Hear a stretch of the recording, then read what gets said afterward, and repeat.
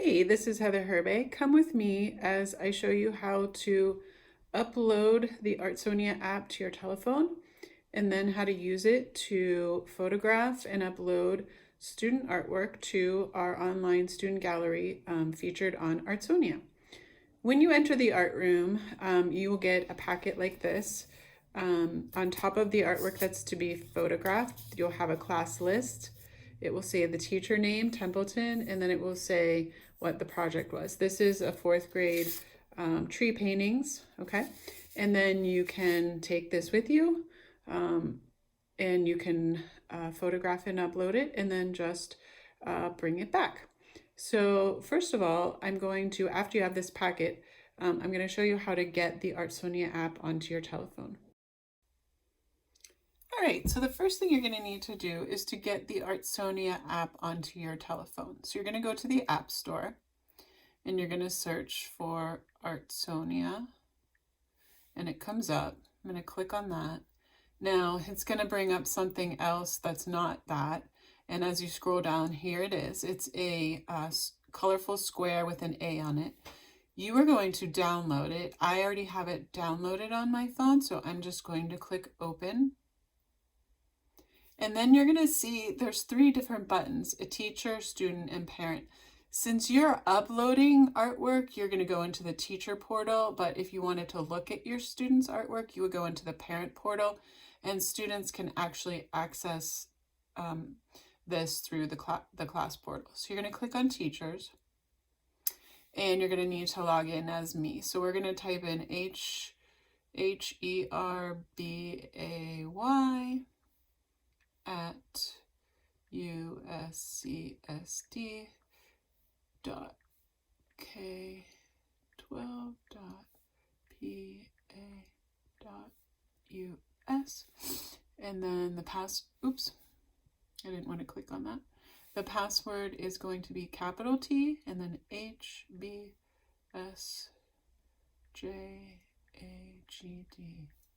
Okay, then we're going to hit login.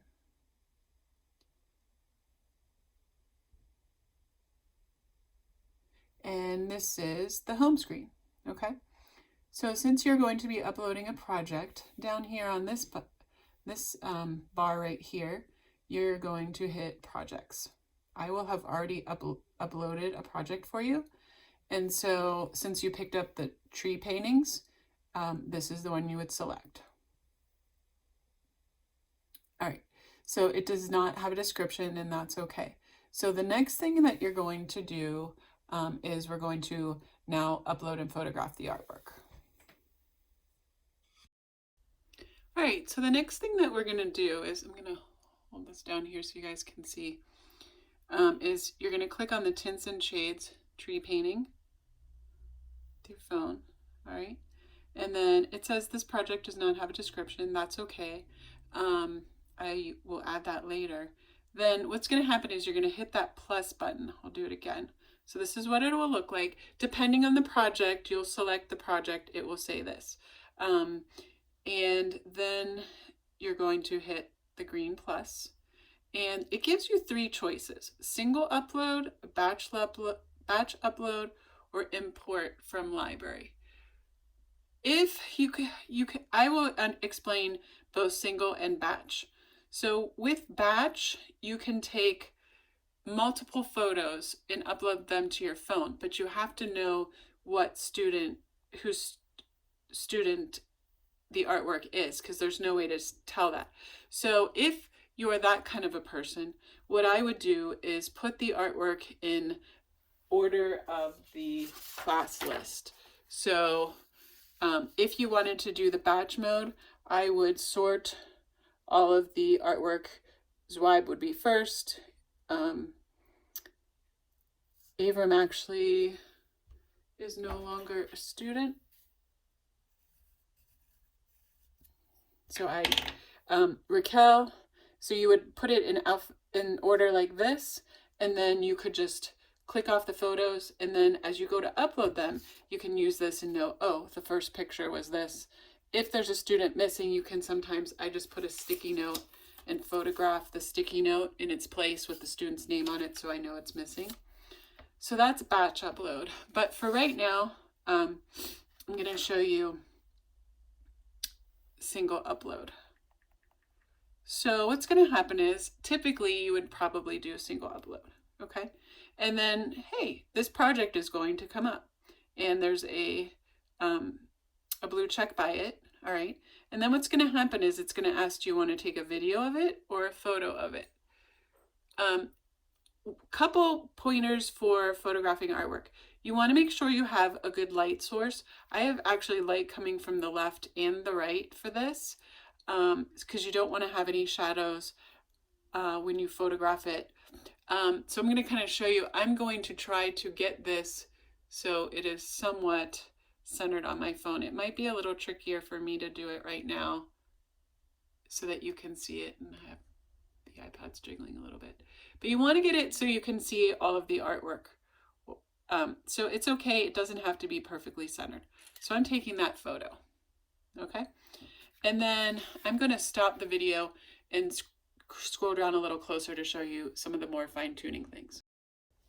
All right, so here's my photo. And if it's a bad photo and you don't like the photo, you can just hit retake and it will take you back to that. But if you like the photo, you're just going to click use photo. And then what's going to happen is I am going to find the class.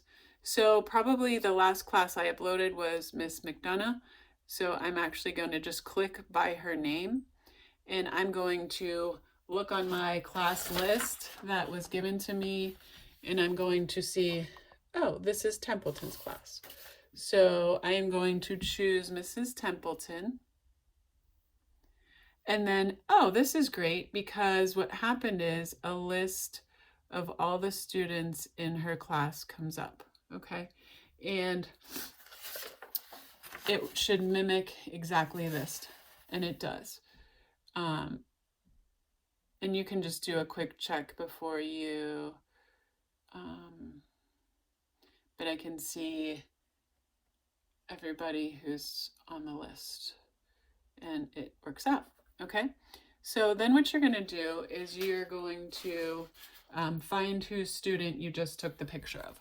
So I'm going to turn this artwork over and it's upside down. This is Benny Covarubia. I can't pronounce his name, but Covarubia. So I'm going to look now.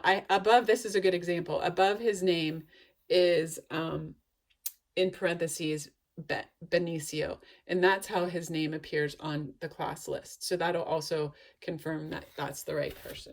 So all you're going to do is find, excuse me, my phone. Okay, so I'm going to find Benicio. Here he is. I'm just going to click on him. And then what happens is you get this screen where you get this dashed line frame. And all you're going to do is there's 3 buttons that allow you to kind of center it and make it look nice. So typically what I do is the crop, and you don't need to get the matting on the artwork. That is not as imperative as just getting the artwork. And you notice, oh, it's not very straight. When you photograph it, it helps if you try to get it straight. But what I can do is I can hit here, level. And this kind of, see how that just straightened it out for me? And then what I can do is then I can go back here and kind of come down a little bit. Right? It's okay if a little bit of the artwork is cut off, but you pretty much want to try to get the whole thing. So what do the other buttons do? This is a good one. This middle one is if it is crooked. What you can do is you can actually position these exactly where you want them. So it helps if when you photographed it, it wasn't entirely straight, because you can see how I'm able to like bring this side down a little more. So there, that allowed me, that's with the middle one, you can actually custom make the rectangle. The other one, This is no crop, and you would have photographed it perfectly and you wouldn't need to crop it. But that realistically doesn't happen, but maybe you're a better photographer than I am. And so typically I always have it on either crop or this one right here in the middle that allows me. But again, this leveling tool is very handy as well, because you can see how it's tilting it around. It kind of allows you to kind of get it. If I put it on this middle one, there. Okay. I don't know why it's doing that. Okay. Let me just fix that a little. You can also move the frame around a little bit. You see how this, so I'm gonna work on this leveling again, because I want it to be a little bit more even. And then I'm just gonna need to bring that in just a hair, and that in just a hair. Okay, so I think I've got it all. I didn't cut anything off. Like I said, it's okay if a little bit of the edge misses, but you want to primarily have it look pretty much the way it appears in real life. Then I'm gonna hit next, all right? Then this is my favorite section, because sometimes depending on the lighting and your camera and how it photographs, it looks fine, but there are things that make it look better. You can try the autofix button. That did a nice job of kind of bringing back those blues and grays and blue grays that how it looked before. So you can say, oh, I like that. But another thing you can do, I took it, you can see the difference. But another thing you can do is you can hit this brighten. And what that does is it allows you to change. So like I can play around with the coloring. I'm not getting as good of a job as the autofix. So I might just go back to autofix. And then you can also play around in autofix. What happens is that the brightness makes it a little bit brighter. The contrast also just brings out some of the color. So I kind of played around with that a little bit. And I say, okay, gosh, that looks really nice. So then what I'm gonna do is I'm gonna hit next up here when I'm really happy with how it looks. All right. And then it's going to ask you, was the student's name anywhere on the artwork? Because this is a secure site, it does not want any student name on the artwork. You can blur it off, but typically I wouldn't give you artwork that has the student's name on it. So if it did, you would hit this, and then it's not going to be accessible to the public. Okay, but you said no. Then let's say I edited it, but I don't really like how it looks. You can just hit discard edit and go back.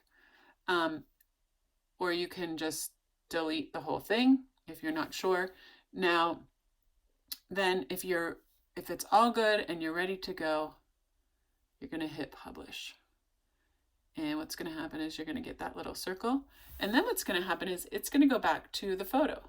So then what you would do is you would grab a new piece of artwork,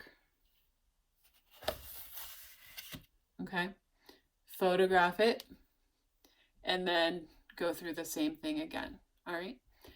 And then you can see now Benicio has his one artwork, okay? And if it would happen to go back to here, we're still on Tints and Shades Tree Paintings, so we would just hit this green button. And again, we would just hit single upload. It's the Tints and Shades Tree Paintings, and it gets me back to the camera. So it's pretty self-explanatory. But if you have any questions, feel free to reach out after you watch the video. I really appreciate your help, and thanks so much.